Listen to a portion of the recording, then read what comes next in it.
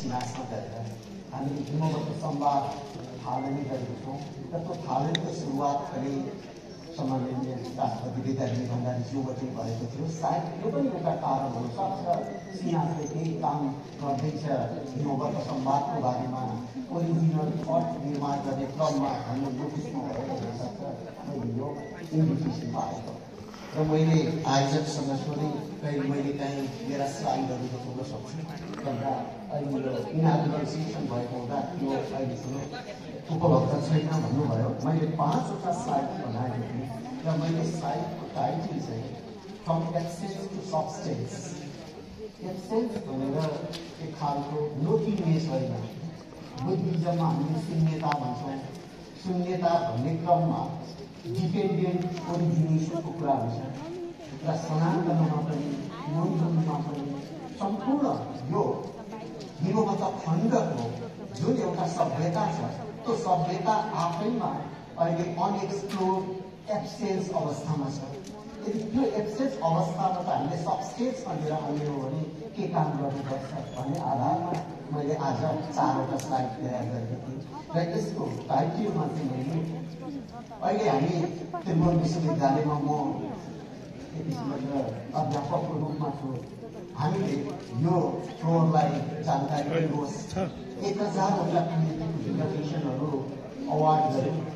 PhD भनेको doctor of philosophy हो, तर एउटा पनि थ्योरी हामीले निर्माण गर्न सकेनौँ। हामी आफूभित्र रेट्रोस्पेक्ट गर्ने कि नगर्ने 1000वटा पिएचडी अवार्ड हुन्छ, एउटा थ्योरी हामी निर्माण गर्न सक्दैनौँ भने हामीले त्यसलाई कसरी हेर्ने? यसैको आधारमा मैले केही कुराहरू राख्ने अनुमति चाहे र मैले स्पा भन्छ सोक्रेट, प्लेटो र एरिस्टोटल जुन हाम्रोभन्दा फरक ल्यान्डबाट दृष्टिकोणहरू निर्माण गरे र उनीहरूले प्रश्न गर्ने क्रममा जुनसुकै विषय, चाहे नेपाली होस्, चाहे अङ्ग्रेजी होस्, चाहे सोसल साइन्सका हुन्, चाहे लको हो, हरेक कुरामा वाट, हाउ र वाइ रिसर्च पोजिसन्सबाट हामी सुरु गर्छौँ। तर मैले आफूमाथि प्रश्न गरेँ। अघि उषा किरण भण्डारीजीले भन्नुभयो हामीले वेद निर्माण गऱ्यौँ, मन्दिर निर्माण गऱ्यौँ, हामीले तामाङसँग रिलेटेड साहित्यहरू निर्माण गऱ्यौँ, हामीले गएर थारूसँग रिलेटेड साहित्य निर्माण गऱ्यौँ।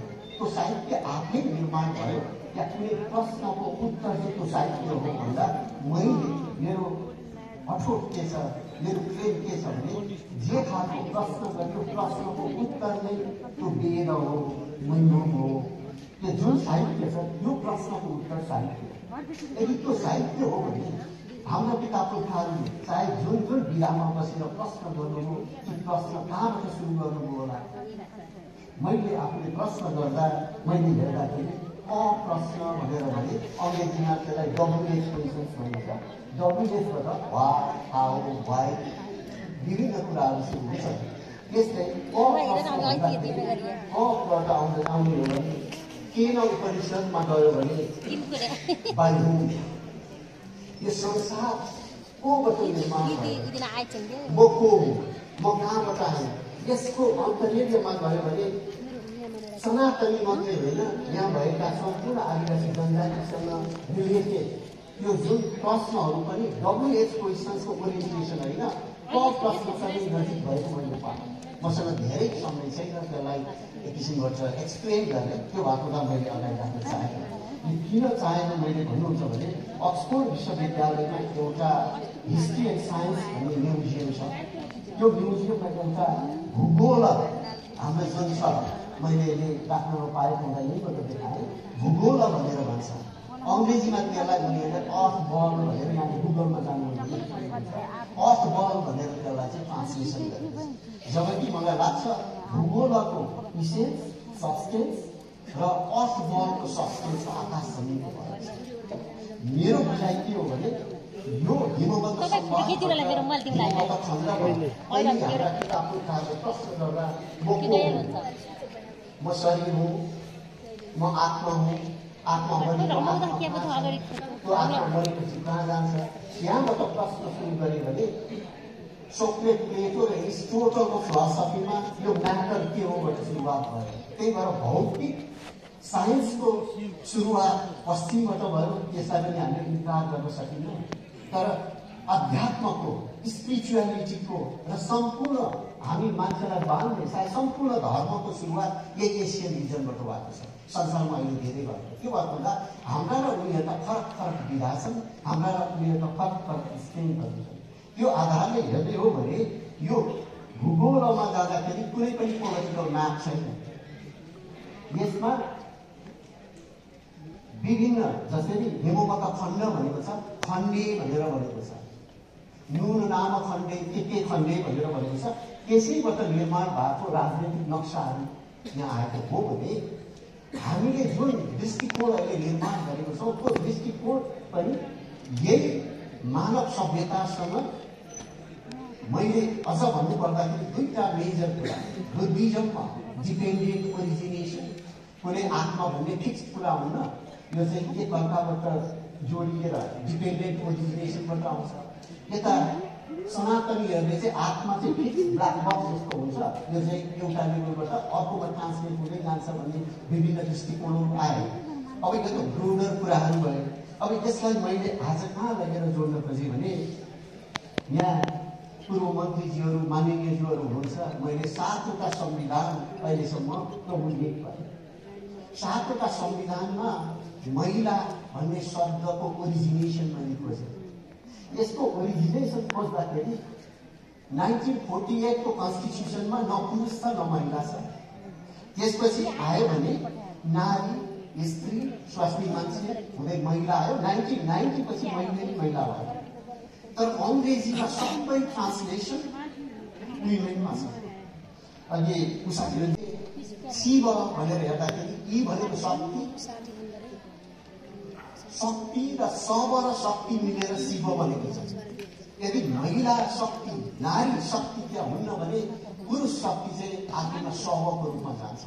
सायद त्यही भएर नेपालमा दुईजना नेताहरूले ओरिजिनल थट, दृष्टिकोण, सिद्धान्त निर्माण गर्नुभएको थियो। एउटा बिपी कोइरालाले डेमोक्रेटिक सोसियलिजम, अर्को मदन भण्डारीले जनताको बहुदलीय जनवाद, र मैले मदन भण्डारी फाउन्डेसनमा स्थित प्रश्न पनि मैले गरेको छु मेरो आर्टिकलमा।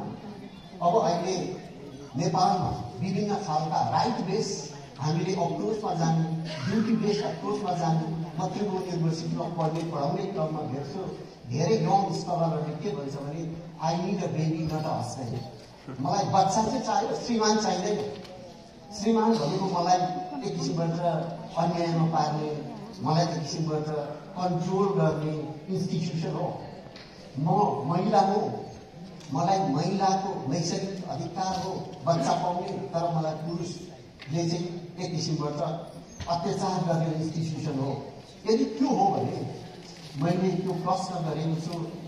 मदन भण्डारीले निर्माण गर्नुभएको जनताको बहुदलीय जनवाद पार्टीको डकुमेन्ट हुँदै अहिले थटको प्रोसेसमा जाने प्रक्रियामा छ भने हामीले नारी, स्त्री, स्वास्नी मान्छे, महिलाको एक्चुअल ट्रान्सलेसन विमेन हुन्छ कि हुँदैन?